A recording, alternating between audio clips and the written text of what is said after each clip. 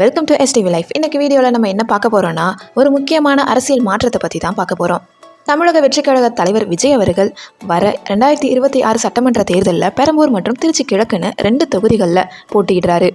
ஒருவேளை அவர் இந்த 2 தொகுதியிலையுமே ஜெயிச்சிட்டா அடுத்து என்ன நடக்கும், சட்டம் என்ன சொல்லுது, இதை பற்றி முழுசாக தெரிஞ்சுக்கலாம் வாங்க. இந்திய தேர்தல் விதிப்படி, அதாவது ரெப்ரசன்டேஷன் ஆஃப் பீப்புள் ஆக்ட் 1951 படி ஒரு வேட்பாளர் 2 தொகுதிகளில் போட்டி போட அனுமதி உண்டு.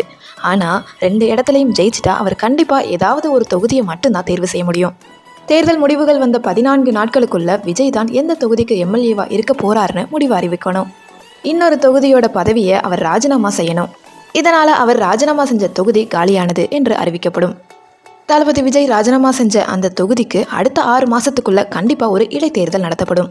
அந்த தொகுதிக்கு திரும்பவும் புது வேட்பாளரை தேர்ந்தெடுக்க மக்கள் வாக்களிக்க வேண்டியிருக்கும். விஜய் ஏன் 2 தொகுதிகளில் நிற்கிறாருன்னா, வடக்கு தமிழகம் மற்றும் மத்திய தமிழகம்னு 2 பக்கமும் தன்னோட செல்வாக்கு நிரூபிக்கத்தான். குறிப்பாக சொல்லணும்னா, நம்ம திருச்சி கிழக்கு தொகுதியில் அவர் நிற்கிறது அந்த பகுதி மக்களிடையே பெரிய எதிர்பார்ப்பை உருவாக்கியிருக்கு. 2 இடத்துலையுமே ஜெயிச்சா அது அவரோட அரசியல் வருகையை ரொம்ப ஸ்ட்ராங்காக காட்டும்.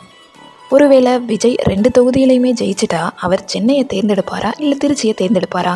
உங்கள் கருத்து என்னென்னு கமெண்ட்டில் சொல்லுங்கள். இந்த வீடியோ உங்களுக்கு பிடிச்சிருந்துச்சுன்னா லைக் பண்ணுங்கள், கமெண்ட் பண்ணுங்கள், ஷேர் பண்ணுங்கள். சப்ஸ்கிரைப் பண்ணாமல் பார்த்துக்கிட்டு இருந்தீங்கன்னா ப்ளீஸ் சப்ஸ்கிரைப் பண்ணிக்கோங்க. தேங்க்யூ ஸோ மச் ஃபார் வாட்சிங்.